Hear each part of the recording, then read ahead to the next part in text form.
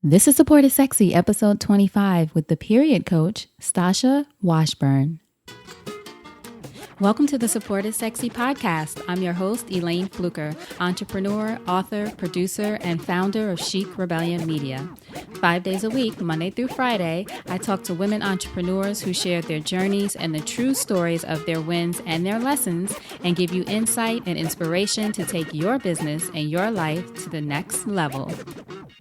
Here we go.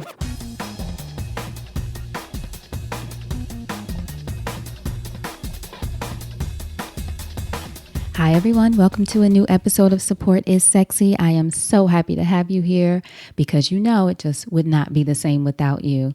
So today, let's get right to it. We are talking about your period and how your flow can affect your business.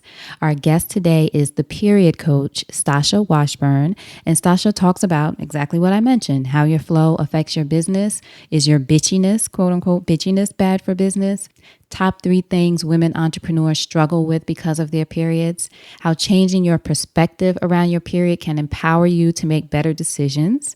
Also, the 4 phases of your cycle and what questions you need to be asking during each phase.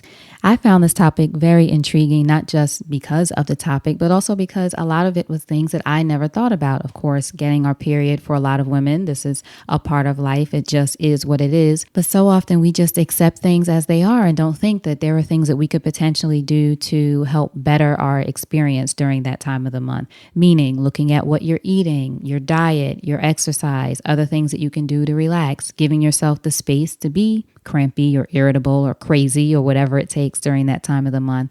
So I know you're going to get a lot of information out of this. Great nuggets in here. So without further ado, the period coach, Stasha Washburn. So Stasha, thank you so much for joining us on Support is Sexy. I'm excited to have you here. I'm excited to be here. Thank you. Great. So I have to ask you the first question I ask everyone. When did you first fall in love with entrepreneurship? Well, I think I've always been a little bit of a rebel in this world. Even when I was still working at restaurants, I had like a pop-up restaurant on the side. So I think I've always kind of had a little bit of the bug, but I really fell in love with it when I saw such dramatic effects for the women around me.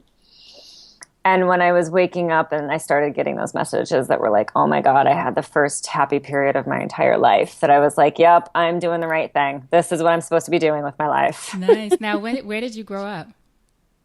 Ooh, kind of all over New York. We moved 8 times before I was 8. So I was born in Pittsburgh, Pennsylvania. Okay. And then we moved to several different places in New York. And I kind of claim Brooklyn as home because I think it's the longest I stayed in one place. What was it like growing up, Stasha? It was good. I actually begged my parents to let me take dance classes when I was 3.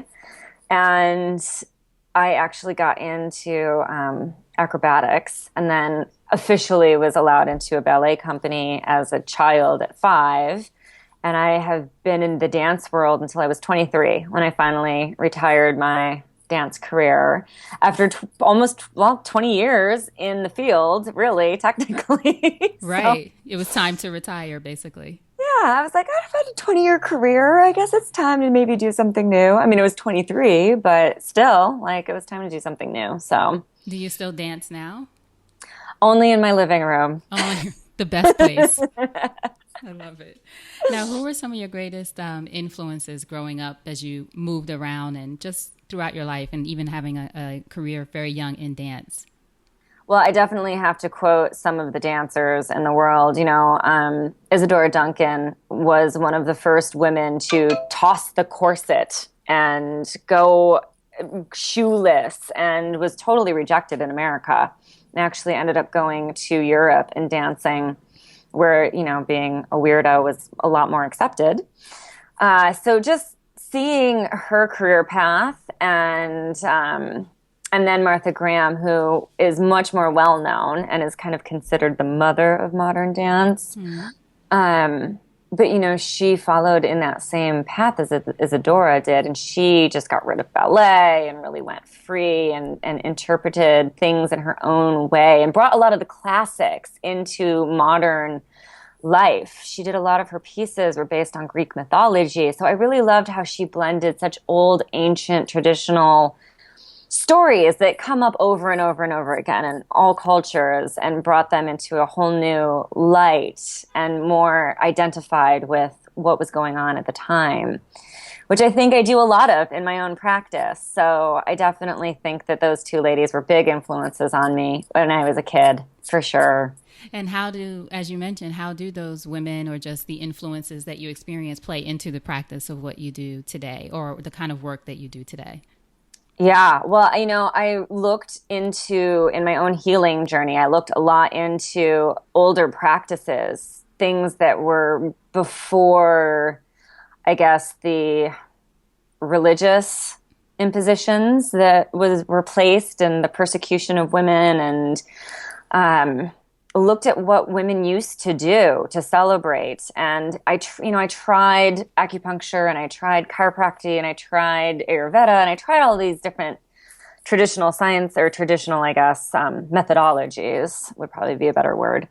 And actually what ended up really actually healing myself and what I practice with my women now is kind of bringing that all together and finding out what really works with you. So I do read the latest studies and all the double blind, blah, blah, blah, blah, blah stuff. And I look at all of that and I like to see how do we adapt that for modern life, but also how does that bring us back home? Mm-hmm. How can we look at these kinds of information and bring it into our own sense of self? So it really is that bringing ancient tradition and magic, so to speak, into our science and modern life. Now, the work that you do, you call yourself a period coach. Is Mm-hmm. that right? Mm-hmm. So what exactly sort of inspired you to go into that work? You talked just now about healing practice. Was it because you experienced really painful or stressful periods younger and growing up and you wanted to find something to heal yourself? That's usually how people end up offering. Beyond belief. Really? Yes. I in high school, I got my period, I think, a little bit later than most women did, and don't ask me when because I don't remember. Mm-hmm. But I definitely remember not getting it for a while, and I'm assuming that's because of the dance, just being so physically active at such a young age. But when I did get it, it was a doozy, and I would pass out in public. So once a month, when I would get my period, I just kind of go down like a ton of bricks. I would spend at least 24 hours, at least 2 days in the bathroom, crying. I mean, just think of the worst food poisoning you've ever had, where things are coming out both ends. It's uncontrollable. There's nothing left, but you're still puking into the toilet. Right. That was me every single time. So 13 times a year, that was me. And I mean, I wanted to die. There were definitely times where I was like, I would have a hysterectomy today if that would end this misery. Wow. But and this was while you were still dancing as well. Yeah. Oh yeah. I mean, I would crawl into the studio and I would watch class and I would just lay on the floor and watch class because I couldn't physically stand up. I would just get there and lay down. But I just kept thinking, this isn't normal. There's no way that this is just, a normal part of being a woman. This is completely debilitating. And the mood swings and the crazy and feeling like you're standing outside of your own body, watching yourself be crazy is just, I was like, no, there's no way that the human species, billions of people populate this planet. There's no way that this could be considered normal. We wouldn't have gotten this far if this is what was normal for women. So but no. So many of us accept it as just part of, well, I just get terrible cramps, or this is just how, my cycle is. And then we don't look into anything. What was the breaking point for you to say, as you just said, this is not normal, but to actually do something about it?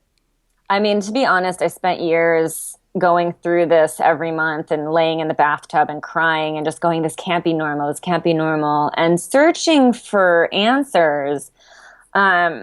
I think it was just the fact that even when I didn't find answers, I found answers, but they didn't necessarily work for me. I just kept going back to, no, this cannot be normal. There was just a very fierce belief that absolutely not. This can't be okay. And I refused to believe it. So I never stopped trying to find an answer. And eventually I did. And that was really when I was like, okay, I can't, like, I got to help other women with this because this is not, I know I'm not alone because I couldn't lie. Like, I couldn't tell people I just didn't feel good or, I had a cold. Like, I had to tell people what was happening. Mm-hmm. So I couldn't lie about it. So people would tell me their terrible period stories because I couldn't lie. So they'd Right. be like, oh, well, now that you mention it, I have really bad ones too. And I'd be like, see, this can't be normal. I'm not alone. So I knew early on that I wasn't the only woman that had these kinds of problems. Maybe not as drastically, but I knew I wasn't the only one that had these problems. So I knew. And that's really the fuel for the fire. I was just like, Mm-hmm. I'm not alone. And I know that this can't be normal. And there has to be an answer. There's And stuff. and you mentioned that it was a combination of things for you. So is it the same thing that kind of works for you every month? What's your routine, in other words, right now for yourself? Well, there's definitely some don'ts. I definitely cannot have gluten. I Ever absolutely or just around? ever. I mean, all right, so say I was on day 5, like I just finished my period. I'm, happy go lucky girl, and I had like a tempura something, right? Right. The next period I would have, I'd be on the floor. So even, 20 days later, it would be that dramatic of an effect for me that my next period I'd have a migraine or I'd have terrible cramps or I'd be throwing up again. So, So interesting. I just stopped. I just stopped eating gluten this week. I decided to try it and see if it mhm, makes a difference in how I feel. I don't have any issues. I'm pretty active mhm, in those kinds of things, but I just have been hearing a lot more about functional medicine and yeah. looking at really how what your diet needs to be. So I'm going to let you know Yeah. how that goes now that you said it. Well, you let me know. But yeah, it does take a full 30 days to get out of your system, which Okay. unfortunately for most women, our cycles come closer together than 30 days. Mm-hmm. So there's like no grace period for me. And maybe it'll help with migraines. Not to make this about me, but I'm just so happy Yeah. to hear you say that. Yeah. Oh, yeah. It's a big help for my migraines. And then I also have to have fermented foods. Like I really have to have the good gut health going because I definitely hold on to estrogen too long. It doesn't get out of my system. So everything I can do to make sure my gut health is optimum, which is why the gluten thing is such a big deal for me because it destroys your gut lining. So have to have my ferments, have to have my fermented cod liver oil, gotta go be gluten free. So I have like these kind of nerd things that I do all day, every day. That's part of my life. But then I need to move. So I'm a long time practitioner of Tai Chi, discovered it back in the dance company days. Mm-hmm. So I do that. That's my meditation. It's my movement. It's my all in one shot, like centering practice, my Qigong meditation. And then, yeah, I eat very well and I make sure that I don't have a lot of soy because it does have that estrogen effect in the body. So that really is a big migraine thing for me too. If I overdo it in soy land, which, like having a tofu snack once in a month and like some Bragg's liquid amino is not a big deal. But if it's like, I don't know, I'm going out and I'm like at vegan restaurants and everything is soy everything, I'm Right. screwed. So I can't do that. But yeah, just really making sure I've got lots of good fiber, lots of good gut health stuff, and then making sure I'm moving and staying grounded in my practice makes the biggest difference. And then I do love my little rituals. The couple of days before I'm going to get my period and I know it's coming, I love giving myself nice napping, nesting time and Mm. do some batch cooking for the week and make sure I've got lots of good, rich foods in my refrigerator so that I can just be like super decadent queen when I do get my period and I can just be like, it's all about me. Right. Which is as it should be every Yeah, time, exactly. at least once a month. That's Yeah. fantastic. Now, how did you decide to turn this into a business, which is what it is for you as a period coach? Was it because you started sharing what you were doing with women and they saw that it worked for you, or what was it? Yeah, it was kind of a set of circumstances where I was teaching ballet bar and I was teaching yoga and I was teaching Pilates. And of course, those are very female dominated practices. So a lot of my clients would say, hey, can you help me out with like nutrition and, how are you doing stuff? So I started actually doing coaching for athletes. A lot of the women that were in my classes were training for a half marathon or a marathon or, doing something and they wanted a little extra help. So I actually started just kind of taking them as private clients. And then that sort of was one of those things where I realized they all had bad menstrual problems. And I realized that like one of the big things that we would have to do is talk about hormonal balance with each and every one of these women. So then it kind of just transitioned from being like less athlete focused and more hormonal balance focused. And then one day I was sitting with my business coach and he asked me, you know, like you need to get focused. Like you need to really kind of pull your message together. Like what really pisses you off? And I thought about it and I thought, you know, what's the thing that's pissed me off for the longest for most of my life is the fact that I couldn't lie about having my period, but the fact that I would be passing out in the middle of like English class and I would have to apologize. I'm so sorry I just got my period. I'm so sorry I passed out. I'm so sorry I made everything awkward for everyone in the room. I'm so sorry I have to go puke my brains out for 3 days now. Why am I apologizing for this? Right, right. So that was really when I realized I'm pissed off that society expects me to apologize for that and for having my period and for being so very sick and for having to go home. And that was when I was like, you know what, and my friend that I was talking to was like, why don't you just call yourself a period coach? Because that's what you do. And I thought, you know what, that's it. My taboo is to end the mission around, or to end the taboo around menstruation. That's the life mission. Mm-hmm. And then when the business coach asked me what pissed me off, I realized that's the business vision. Like that's the mission statement for my life. That's the mission statement for my business. And that's when I stopped calling myself a hormonal balance coach and just said, I'm the period coach. Like that's it. I'm the period coach. And I went and I bought theperiodcoach.com immediately. Good for you. Like, yes. Impulse buy big time, but that's I did it. Entrepreneurs do. Awesome. And that was it. That was it. Oh my gosh. So I love that, just to go back a little bit, that your business coach asked you what pisses you off. Was that do you think to tap into whatever your passion is to help you figure that out? I've never heard that asked as a question. Usually people say, what would you do for free if if money weren't that's an interesting question. It was a really interesting question. And I think it was because I had a pop-up restaurant at the time that I really loved. And I was doing the hormonal balance coaching, which I also really loved. So asking me what I enjoy doing was pointless because I had these two very different businesses. I mean, lots of overlap, but two very different businesses. And he was like, you've got to pick something. And then it was just, we just kind of, I guess, went down a long list of questions and answers and trying to figure out which one was really the one. And at some point he was just like, okay, well, what pisses you off? And, it's actually something that in my programs and in my coaching, I ask every woman, what really pisses you off? Because it's that fire.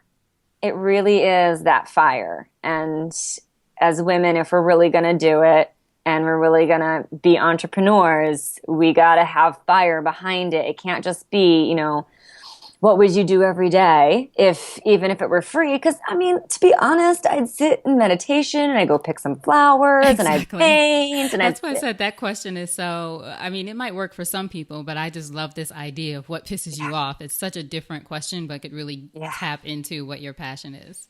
I love it. Now, how do you find that the period or a difficult period affects the lives of your clients? Because, as entrepreneurs, as women, for most of us, the period is a part of our life, has been or is now, or, will be in the future.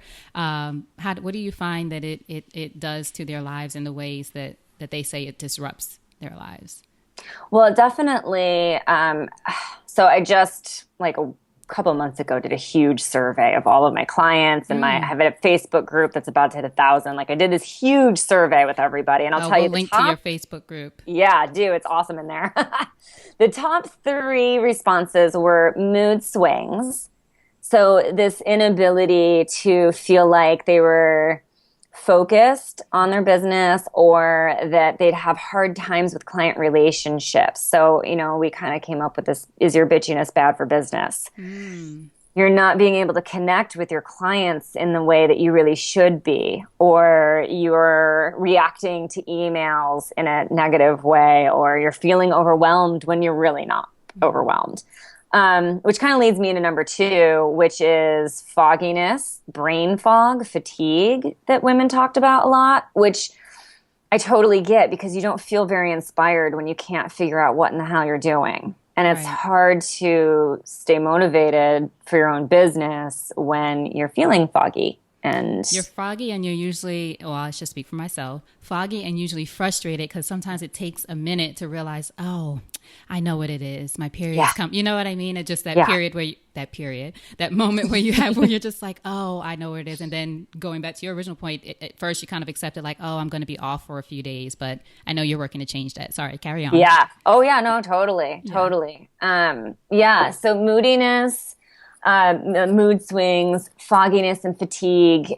Fatigue is number three. So Yeah. just from ovulation to menstruation, women have a chunk of fatigue, and for some it starts earlier or later, but it's for over half of a month actually. If you're looking at a 20-day or 28-day cycle, which let's say average, that's over half of a month. And so for over half of a month, you are feeling tired and nappy and meh, which is not our optimal business building time. So then we feel frustrated because we're not getting everything done we're supposed to get done, and we're not, cranking out that copy, and we're not making those connections. We're not Right. going to the networking events. And if we go to the networking events, we're kind of meh We about don't. them. We're not Right. really getting everything we wanted to get done. And so it's like we spend over half of our month berating ourselves, when in reality, there's so much power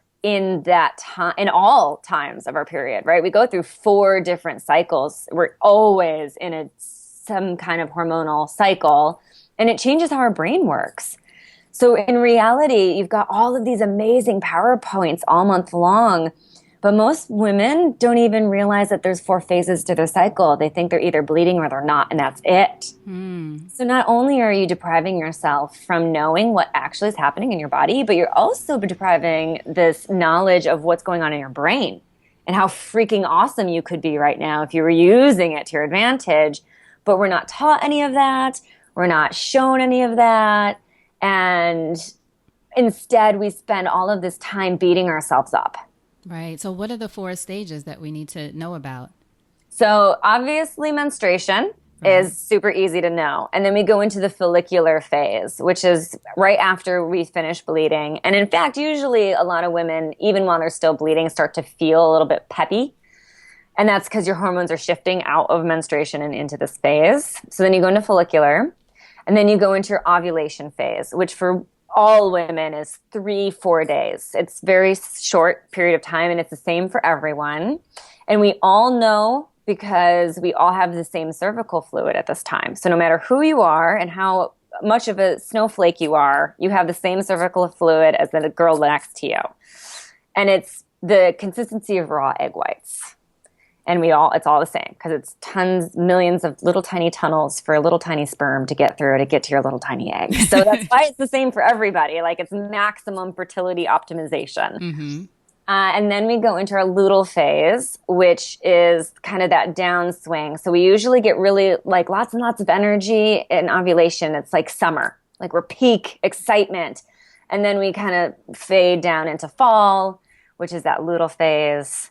And then we hit menstruation again. So luteal phase is kind of that PMS time, which we kind of know because we start to get tired and cranky. Right. Now, how do we know, or I should say, is it different for everyone of what we should be doing in each phase? Like, I know one of the things that I read that you said in either preparation for your period, or I guess during these different stages of your cycle, oh, this is really my time to be creative, or this is really my time to, take better care of myself, or whatever it is. Is that different in every phase for everyone, or is it kind of like in the ovulation phase is when you should really be looking at new ideas, for example? Yeah, it really is pretty much the same for everyone. I'm not going to say that every single person has, like some women have cramps during ovulation and some women don't. So, there are absolute variations to some of the things that happen, but the hormonal balance changes the way all of our brains work. It's just most of our hormones are actually produced and synthesized and dealt with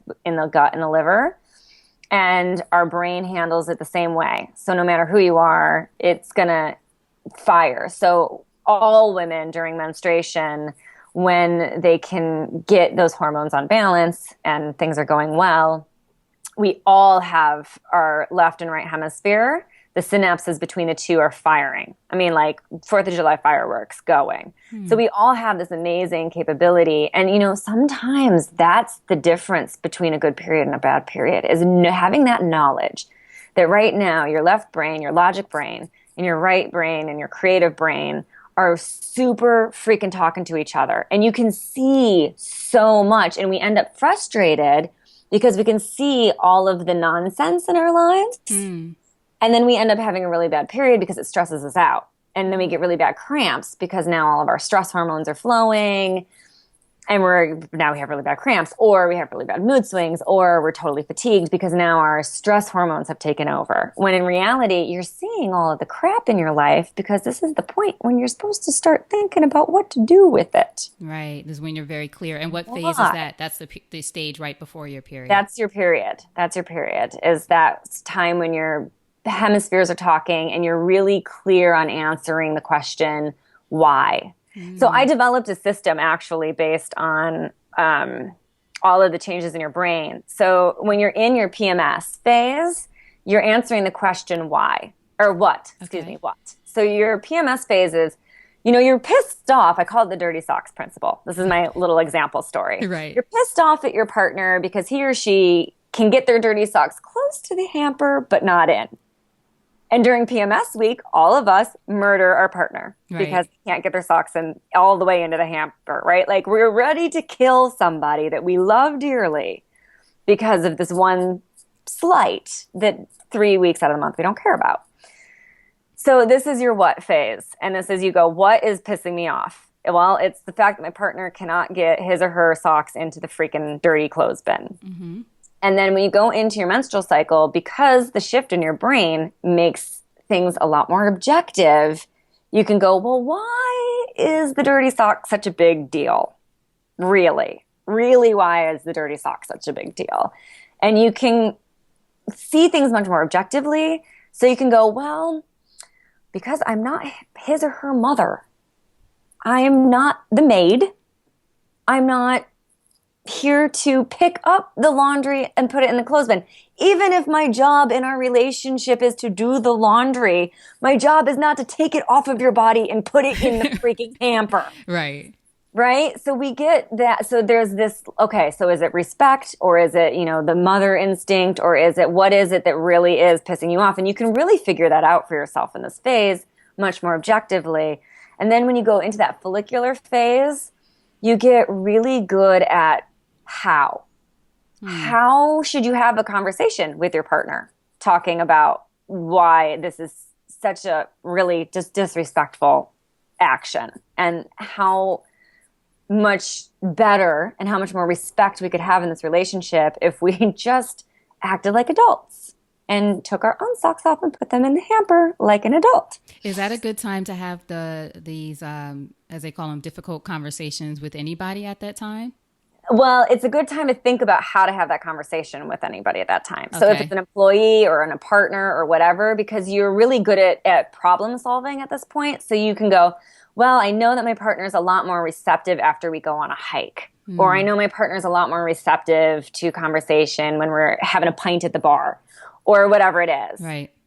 So it's a really good time to think about the person that you want to have that difficult conversation with, and what is the best time or the best way to bring that conversation up to them. Mm-hmm. Because then you go into your ovulation phase. Mm-hmm. And so right before and during your ovulation phase, your hormones hit this peak where your verbal skills hit their peak. And this is what I call my do phase. Go do it. Go have that conversation. You feel good. You feel like $1,000,000. Your verbal skills are awesome. You will be able to think of the words that you need in the conversation. Go do it. I love it. That's a great system. Do you have a name for your system yet, or is just this is what the system is? What would Hermione do? I trademarked that, girl. Because the initials are WWHD. And I was just sitting there one day going, what would Hermione do? That girl's smart. I love it. That's amazing. So, how have you found having a business like this has served you as much as served your clients? Because it's obviously very service based and being very in tune with people and their needs. How has it been for you? Well, it's great because they keep me on track. You know, talking about this with each client every day really makes me walk my own talk. And I can tell when I've fallen off the wagon, quote unquote, because I start to get annoyed at nonsense and I fall back into those old patterns. And I think, probably something that will be with me just for the rest of my life because I was in such a bad place for so long that I think I will always, if I'm not conscious of what's going on, I think it will be one of those things that I would just fall back into.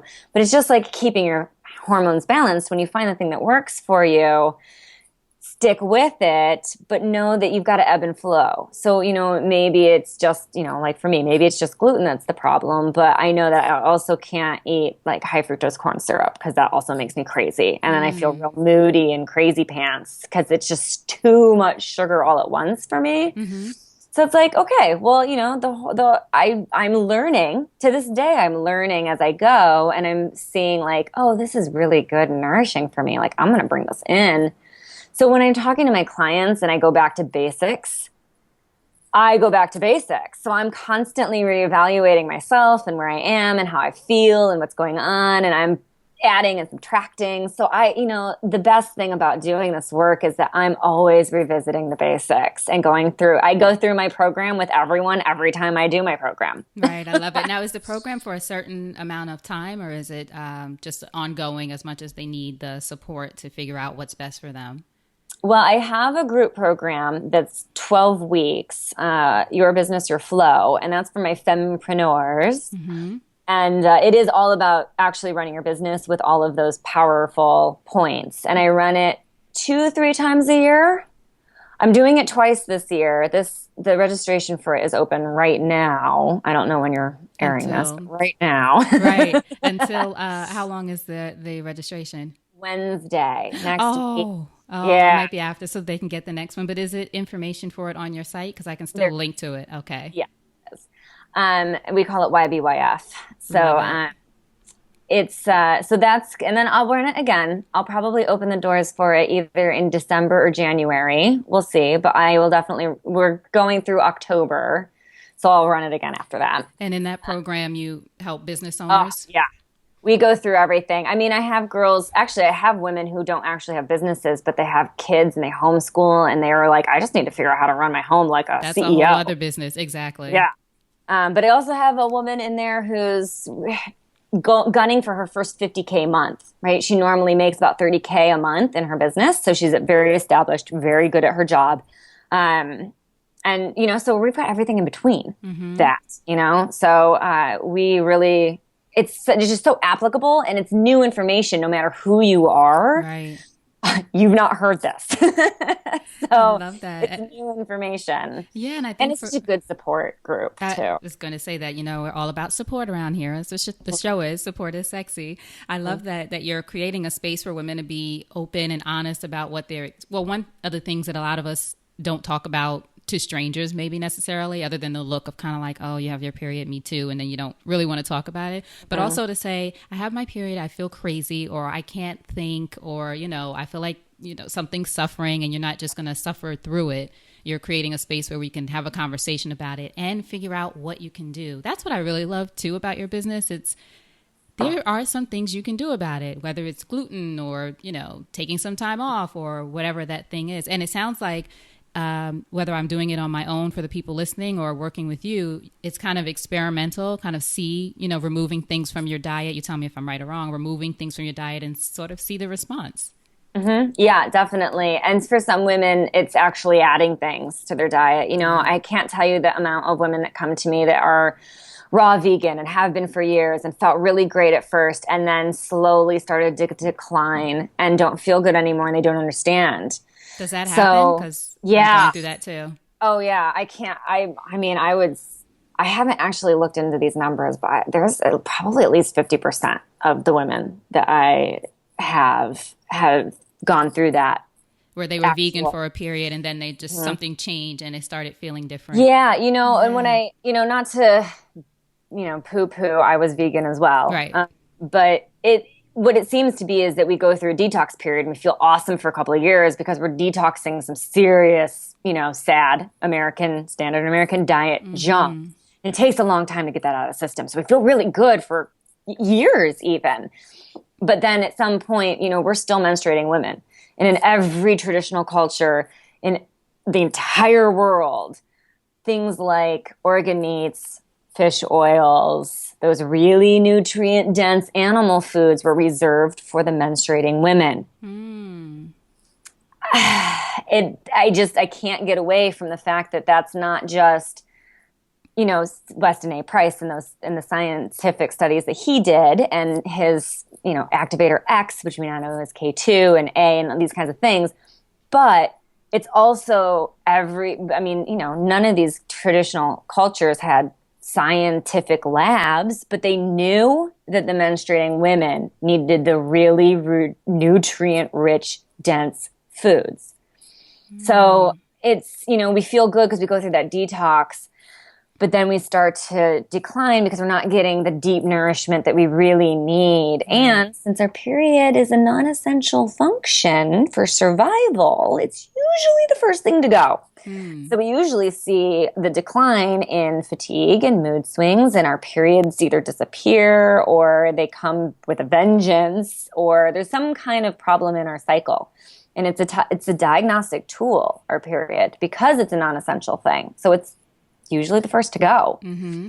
So Very interesting. I gotta tell you, you are really speaking to me because as I talked about with looking at taking out gluten, I've been vegan for the past year and a little over a year and a half, and lately I'm like, maybe I should add fish back into my diet because I was just eating fish before. I haven't eaten meat in a long time, but because just what you explained, I've noticed a different. Everything was great, and I don't feel sick or anything, but something just isn't. I feel like I need something else. My body is sort of saying, maybe you need to add some protein. Everything from my hair to just everything. So that's very interesting. Yeah. I mean, for a lot of people, it's taking out too much animal product because they have just too much going on. And then for some people, it's adding a little bit back in. So it really depends on the person. But yeah, my intake form is crazy pants long because I now I know so much more, and I just want to be able to go in and go, okay, you have too much estrogen and not enough progesterone. And I can tell just by looking at your intake form at this point, because it's just,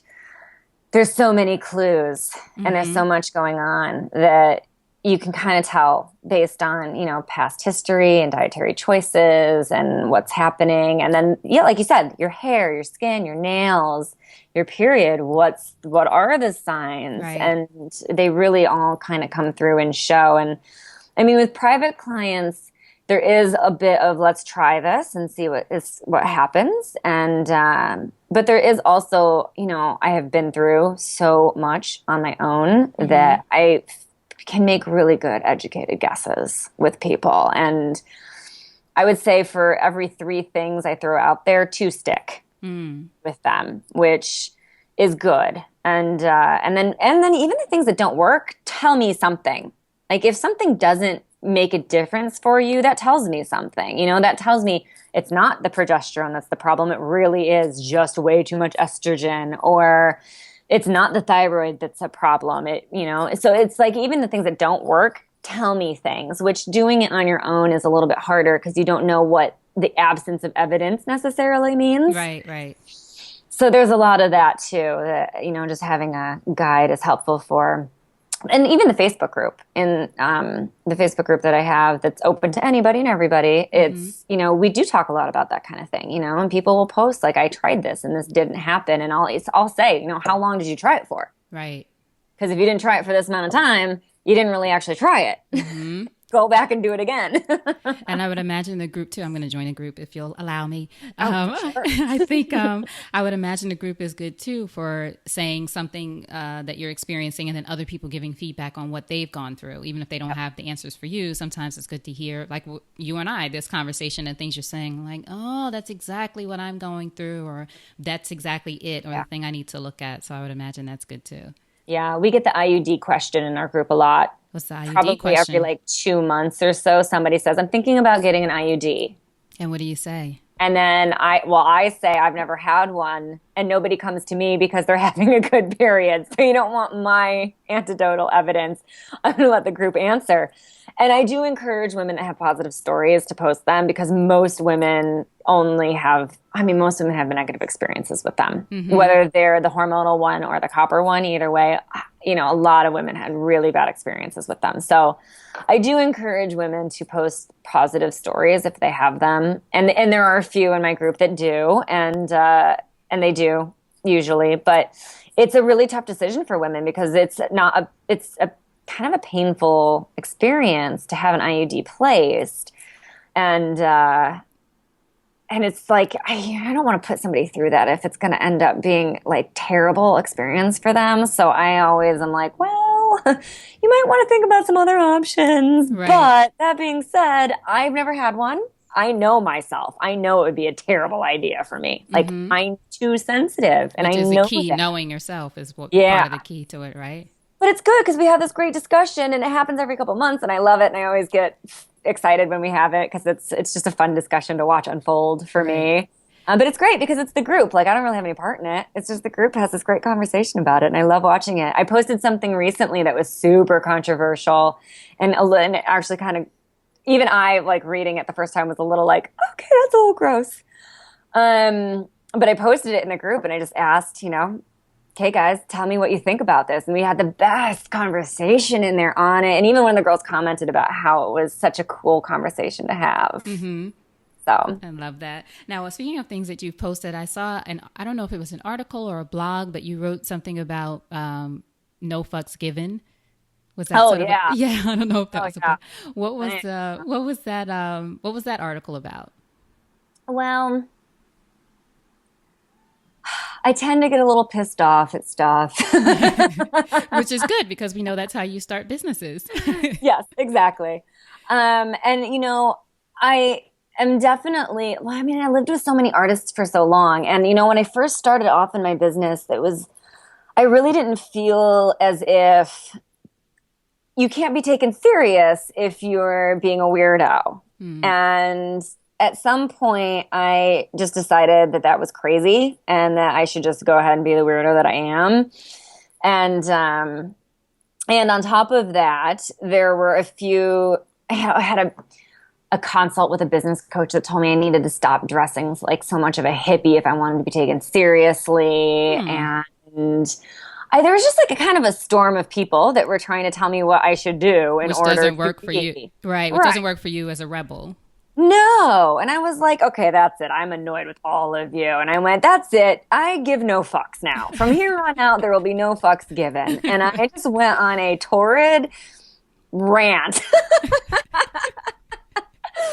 about, you need to just be you. And it doesn't, if people don't like me, they can leave. And that's okay because you're not my tribe. And that's okay. And I'm not offended. And you shouldn't be offended. And it doesn't have to be a big deal. And let's just stop giving so many fucks about what everyone else thinks and just do what you need to do. And like, go to the restaurant and say, hey, I'm that guy who can't have gluten. I'm so sorry. What do you got for me? And stop being so freaking, I'm so sorry I have my period and I feel like shit. No, fuck you. I have my period and I don't need to take a nap. That's okay. I love it. I love it. Just in this idea about stop being so apologetic. I don't know if I read an article or it might have just been a conversation with someone. We talked about how often women especially just say, I'm sorry. And I remember after it, I started being just for nothing, not even things that you don't even need to apologize for. Like, I don't know, you walk past someone and they don't get out of the way and you say, I'm sorry. When really are you, it's sort of a reflex thing that a lot of us do. And then the person I talked to and I became more conscious of trying not to say it. And you realize how often you do say it when you do that. So it's, yeah. I realized how much I said it when I was living in Israel because I had enough of the Hebrew language to say, excuse me, except that when I would bump into somebody, I would instinctually, just like you said, I would say, I'm sorry. Right. And my friends would be like, stop it. You know how to say excuse me in Hebrew. say it in Hebrew. But because somebody like literally whacked me every time I said sorry in English because I knew how to say excuse me in Hebrew, I realized how many times I just instinctually said I'm sorry. Right.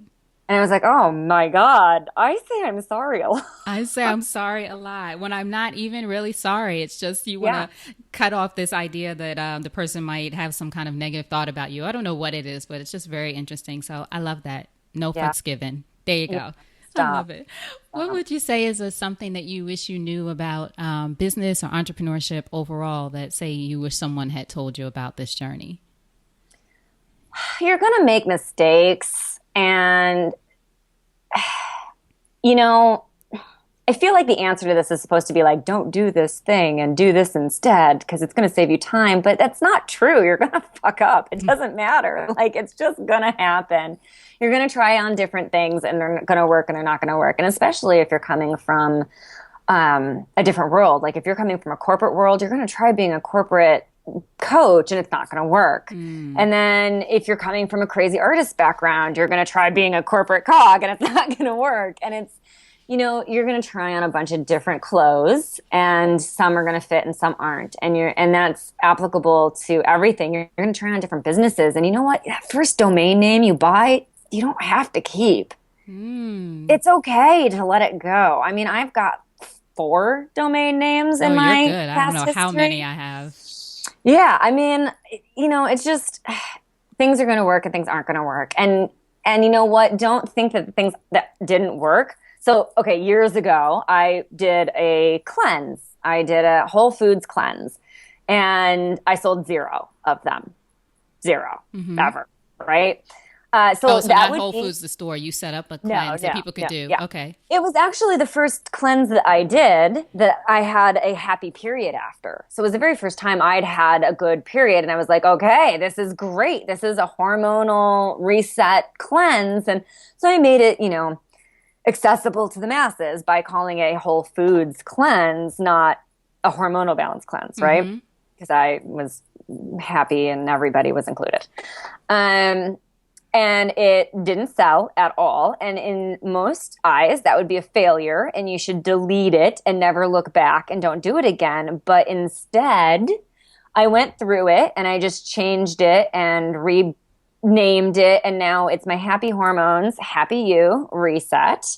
And I've changed it so that it's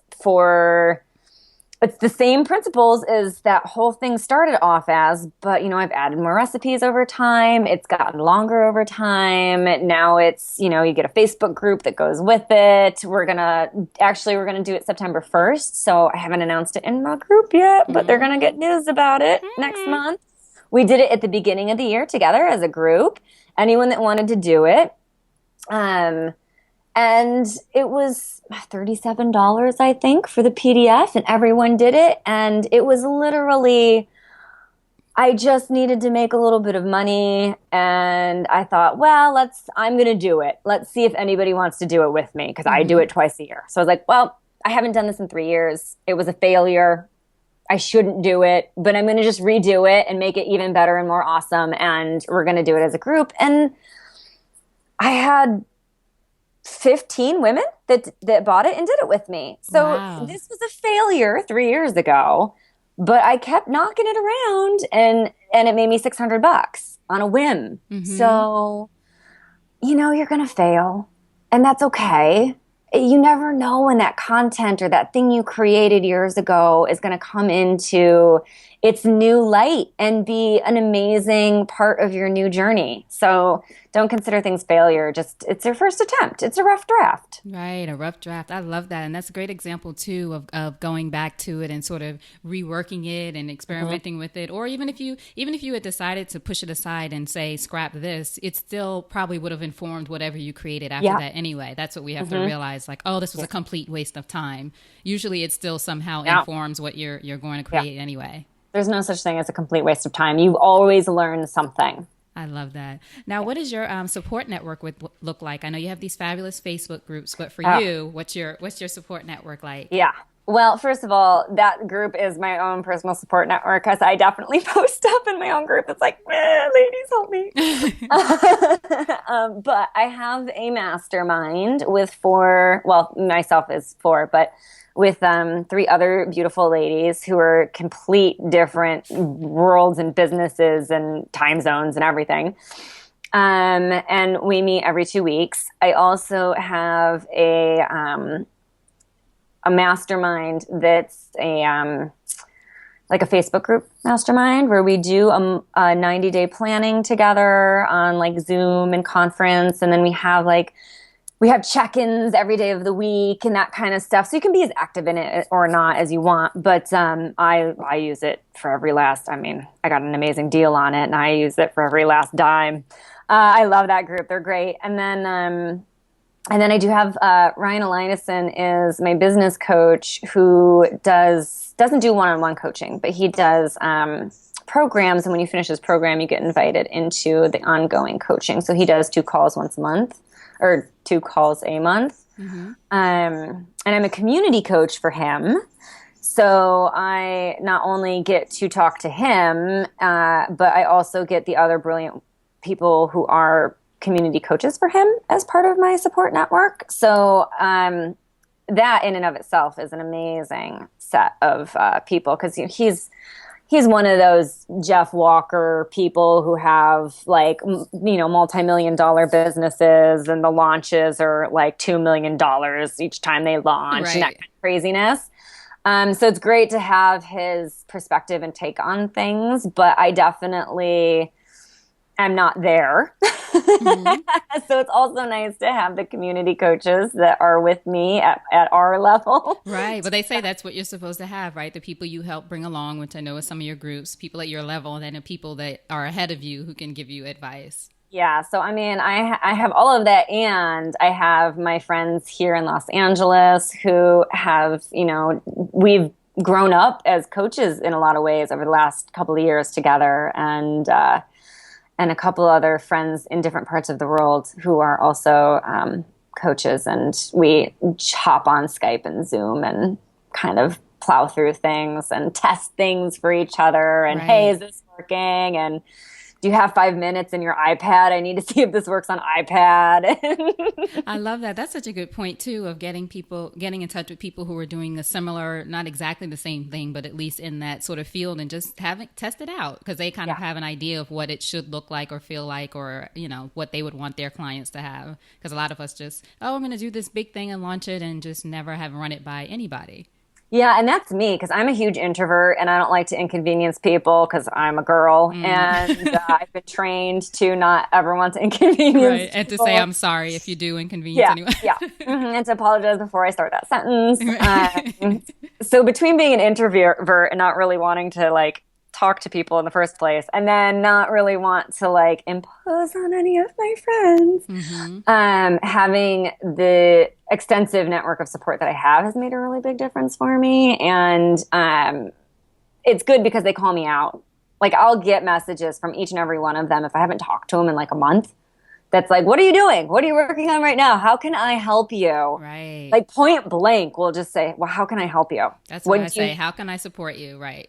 Oh, thank you. I love it. Now, what has having a business taught you about yourself as a woman?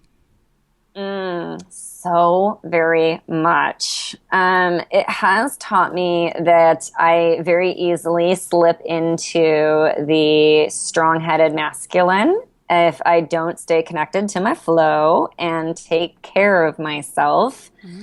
I'm also... it's funny because I'm also an INTJ, so I tend to not get very like emotionally involved in things. But having INTJ, it's in Myers-Briggs. It's a personality that's okay. Here are the 2 fictional examples of it that I tend to: Gandalf, Dr. House, and Dumbledore. Those are 3 fictional characters that are this personality type, right? So like these very aloof, smart, I see the big picture, so I don't care about your itty bitty feelings because I'm talking about you. I'm talking about the world. Like I tend to get really, really big.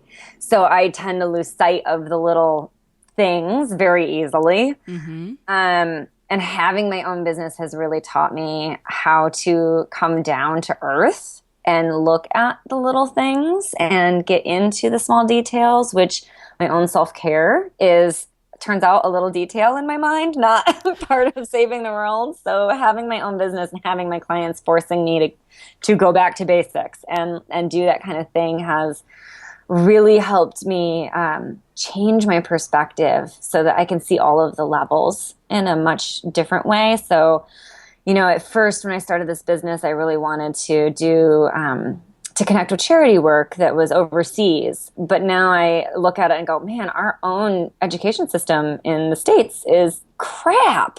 Right. So now I'm thinking, like, how can I do this so that we're working within the States, but we're also working overseas? So it's like I can see all of these different levels now and how, like, interacting at the city, the county, the state, the country, the global level really makes a big difference. I love it. So in wrapping up, thank you so much. This has been so fun. I've learned a ton. I'm going to put a lot of it into practice right away. Going to join the group right away. If you think over your life and your career and you had the chance to thank only one person whose support was critical to you personally or professionally, who would that be and what would you say? Can I pick my parents as a team? You can, absolutely, I would. Okay. You can pick whoever you like. Because my mom and dad are two of the most independent people that I have ever met, but they work as a cohesive team. And they have shown me so clearly how to run a business and be a manager and be a leader, but also how to work with other people so that they're on your team and they're on your side. And I call my dad and ask him for management tips and techniques, and I call my mom and ask her, like, how do I do this, or how do I phrase this, and can you edit my grammar? Because they're just so smart, the two of them. And they have always and forever told me that if I just do what I love and follow my heart, I will never have to work a day in my life. And it turns out that they were right. So I am thankful that they have always supported the crazy ideas that I have and never really actually sat down and been like, it's time to get a real job. Thank God. I love it. So final question, what can we do to support you? I'm going to have links to some of the things we've talked about. I know there's probably more, but what can the audience do to support you? So first off, hop into the Facebook group because it's rad. Mm-hmm. So if you go to facebook.com/groups/TRCLB, which stands for the Red Circle Lady Business, that's the group. And my my Facebook business page is /Stasha Washburn. So just my name. And I love the group, and there's so much good stuff in there. And then my website is theperiodcoach.com. Excellent. Wonderful. Yeah.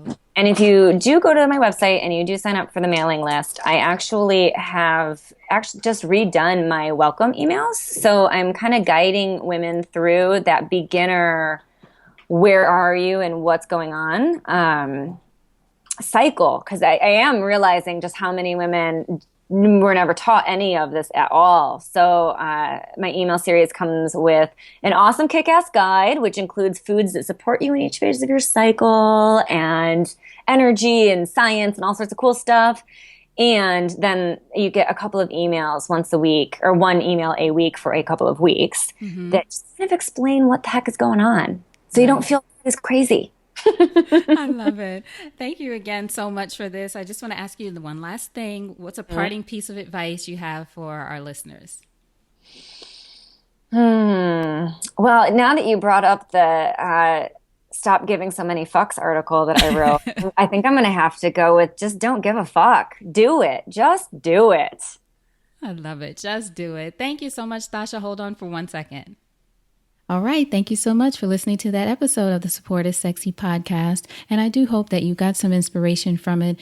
And the challenge is for you to do at least one thing. Take one thing from the episode, at least one thing. You can always do more, but at least one thing that will help you move one step closer to your dream. Whether that's launching a business, writing a book, whatever that thing is that you want to do, take something from this episode and move one step closer. And what I'll also ask of you, if you can tell me what you think about the episodes, what we've been doing, what you want to hear, what you like, what you experience while you're listening, go over to iTunes, leave us a review, and let me know what's going on. What are you thinking? What are you feeling about the show? What else can I do to be of service to you, which is what this is all about, to be of support to you. That's our buzzword, right? You can also go to my website, elaynefluker.com/podcast. So that's ELAYNEFLUKER.com/podcast. Hear more episodes there. Also have a bunch of great videos, tons of information. It's where I'm going to be spending a lot of time, and it's where I love to connect with you. So again, thank you so much for listening. I truly appreciate you and your support. And the most important thing I want you to remember is having it all does not mean doing it all alone.